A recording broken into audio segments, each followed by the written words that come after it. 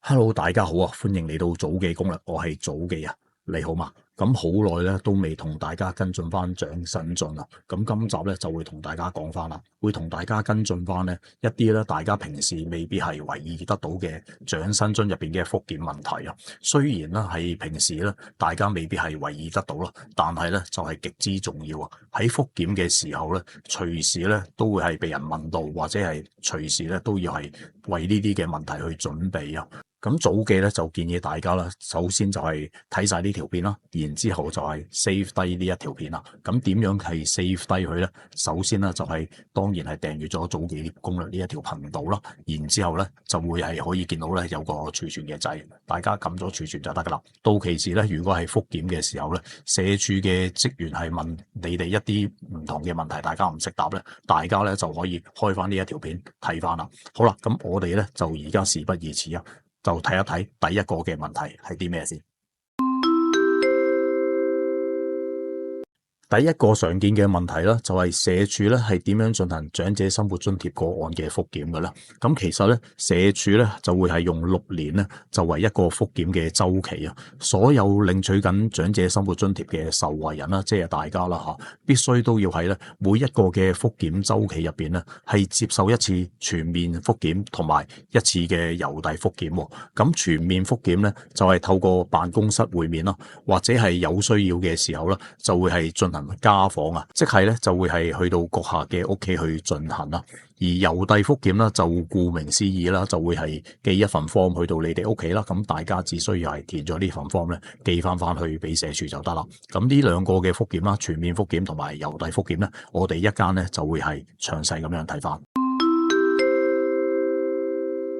乜嘢叫做全面復檢呢？咁全面復檢呢，就係咧社署係會向所有有關受惠人呢係發出長者生活津貼個案復檢通知書啊。咁留意翻啦，係寫住個案嘅，就唔係寫住郵遞嘅。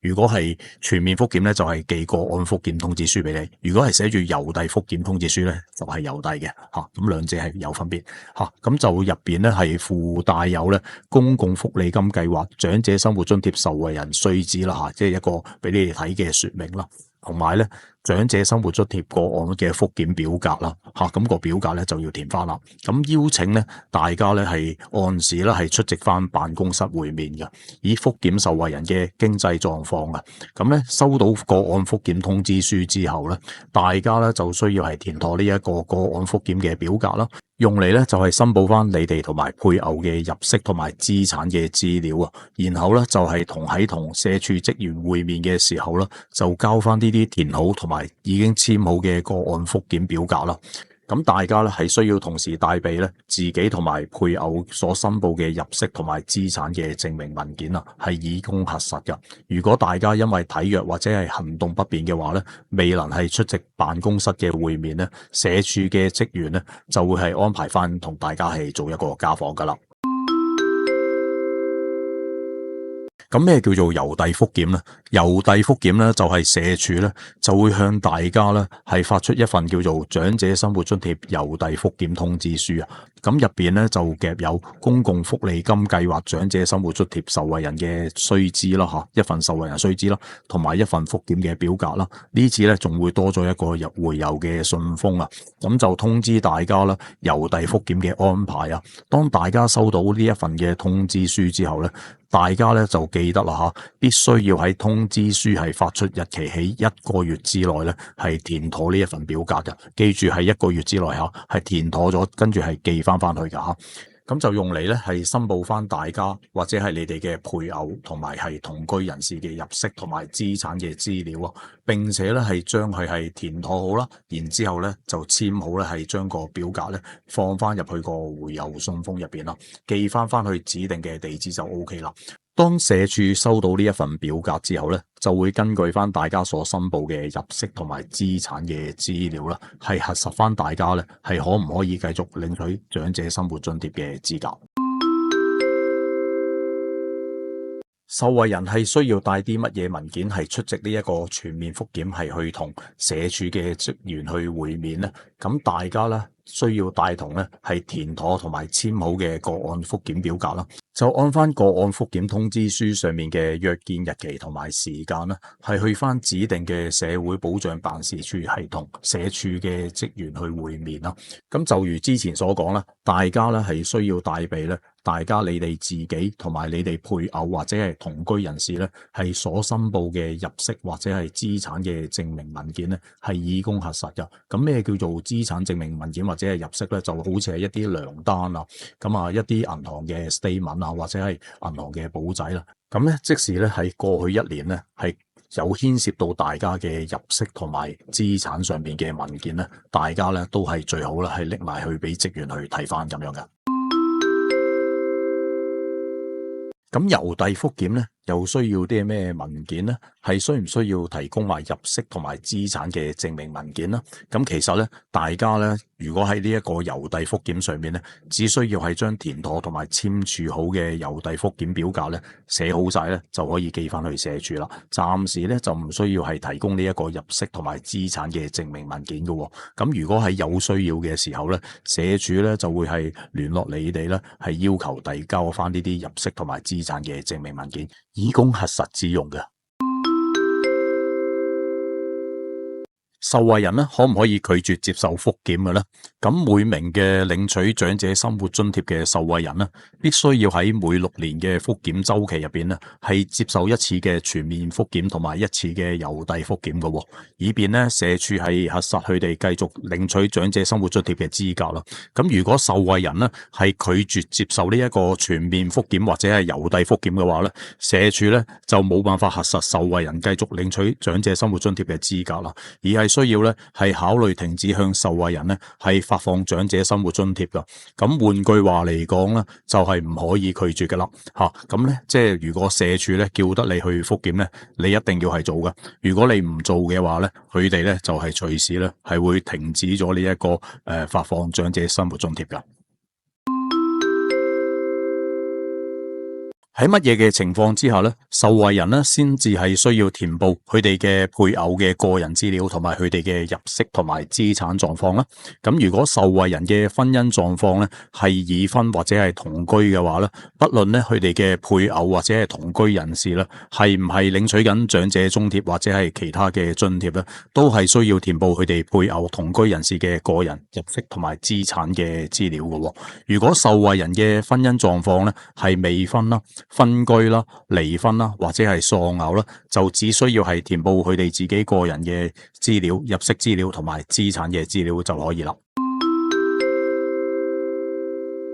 咁如果咧你唔確定你同埋你嘅配偶或者係同居人士嘅入息或者係資產係唔係超出咗限額咧，咁應該係點樣做咧？咁其實咧大家咧可以參考翻咧附帶喺通知書入邊嘅公共福利金計劃長者生活津貼受惠人須知入邊咧，當中咧其實已經係詳細咧係列明咗長者生活津貼下邊嘅入息同埋資產嘅定義同埋限額啦。咁如果大家咧到時咧仍然係未能確定嘅話咧，其實咧係可以喺辦公時間之內啦，係致電長者生活津貼嘅查詢電話。咁佢個電話咧就係35950130啊。另外咧，大家都可以參考翻早記攻略入邊一啲嘅長生津嘅影片啦，入邊咧好多都會係講翻咧呢一個入息同埋資產嘅限額啦。咁而最新嘅資產同埋入息嘅限額咧，喺單身人士嚟講咧，每個月嘅入息限額咧就係10,900蚊啦。咁資產方面咧就係唔可以多過415000啦，而夫婦方面咧每個月嘅入息限額咧就係夾埋啦16,680蚊，而資產嘅限額咧就係63萬嘅。喺計算大家同埋大家嘅配偶或者係同居人士嘅入息同埋資產嘅時候咧，應該係用邊一日嚟做參考嘅日子咧？咁其實咧，受惠人喺計算入息同埋資產嘅時候咧，就以填寫個案復檢表格或者係郵遞復檢表格嘅日期咧，作為參考日子就可以啦。即係話咧，你邊日填 form 咧，就以嗰一日咧作為係嗰個參考日子就可以啦。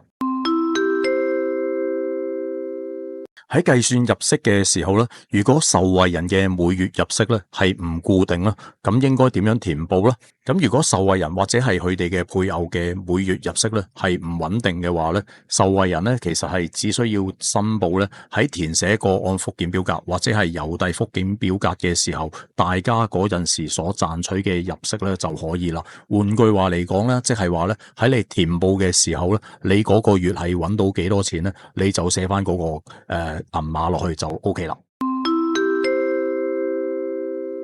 咁如果大家或者係大家嘅配偶咧喺入息或者係資產方面係超出咗限額嘅話咧，如果係咁樣嘅話咧，會唔會係可以咧仍然係符合資格去領取長者生活津貼嘅咧？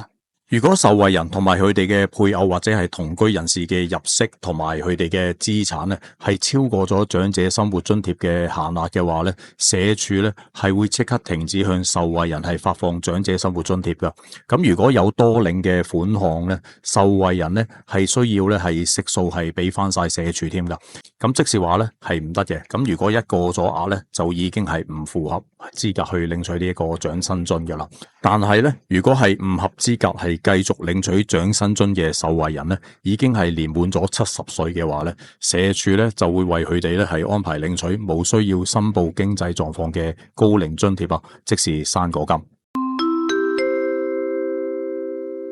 如果係冇辦法係揾到親友咧係作為見證人咧，應該點樣做啊？咁如果咧受惠人喺填寫見證人簽名、指模同埋見證人姓名兩個項目嘅時候有困難咧，喺遞交個案復檢表格或者係郵遞復檢表格嘅時候咧，其實咧係可以唔填寫見證人嘅資料噶。社署咧喺有需要嘅時候咧，係會聯絡受惠人啦，係核實翻相關嘅資料啊。咁所以咧，如果大家啦喺呢一兩方面係揾唔到見證人嘅話咧，就可以暫時留空去咯，以免咧大家因為揾唔到見證人咧，係延誤咗嗰個遞交表格嘅時間啊。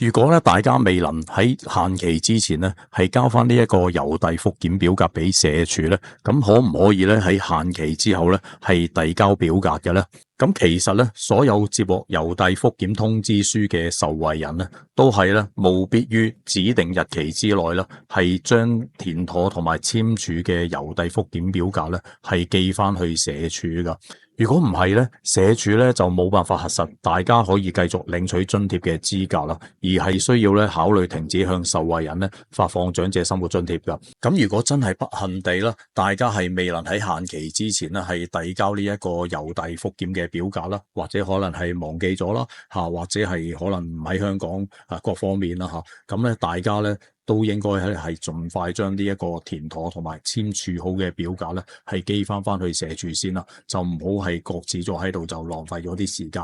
咁寄咗翻去先，跟住先至咧係慢慢同社署解釋翻咁樣嘅。咁如果大家咧喺遞交呢一個郵遞復檢表格嘅時候嘅申報入息同埋資產咧已經係超出咗限額嘅話咧，咁假如啦大家同埋大家嘅配偶啦喺日後嘅入息同埋資產方面咧又符合翻呢一個申請嘅資格嘅話咧，應該係用咩嘅方式咧係再次提出申請嘅咧？咁如果大家啦喺冇領取緊其他津貼之下係重新去提出申請長生津嘅話咧，大家咧係可以透過電話、傳真、電郵、郵遞或者係網上表格咧係由政府部門或者係非政府機構係轉介啊，或者係親身啦去到大家住所所屬嘅社會保障辦事處咧係重新申請長者生活津貼啊。換句話說咧，大家咧係重新做過就可以啦。而大家咧亦都可以係去到社署嘅網頁啦，去查閱翻社會保障辦事處嘅資料，同埋下載翻申請表格同埋申請嘅指引啦，填妥並且係簽署翻申請表格之後咧，連同有關嘅證明文件嘅副本啦，係寄翻或者係親身咧係交翻到住所所屬嘅社會保障辦事處啊。社署喺收到申請之後咧，就會係安排職員咧係約見大家啦，係處理有關嘅申請噶啦。喺另一方面咧，如果大家啦喺嗰陣時咧係正係領取緊高齡津貼，即使係生果金啦，或者係傷殘津貼，而又係符合長者生活津貼嘅入息同埋資產限額規定咧，大家同樣咧都係可以透過電話、傳真、電郵或者係郵遞咧係提出申請係轉領呢一個長生津嘅。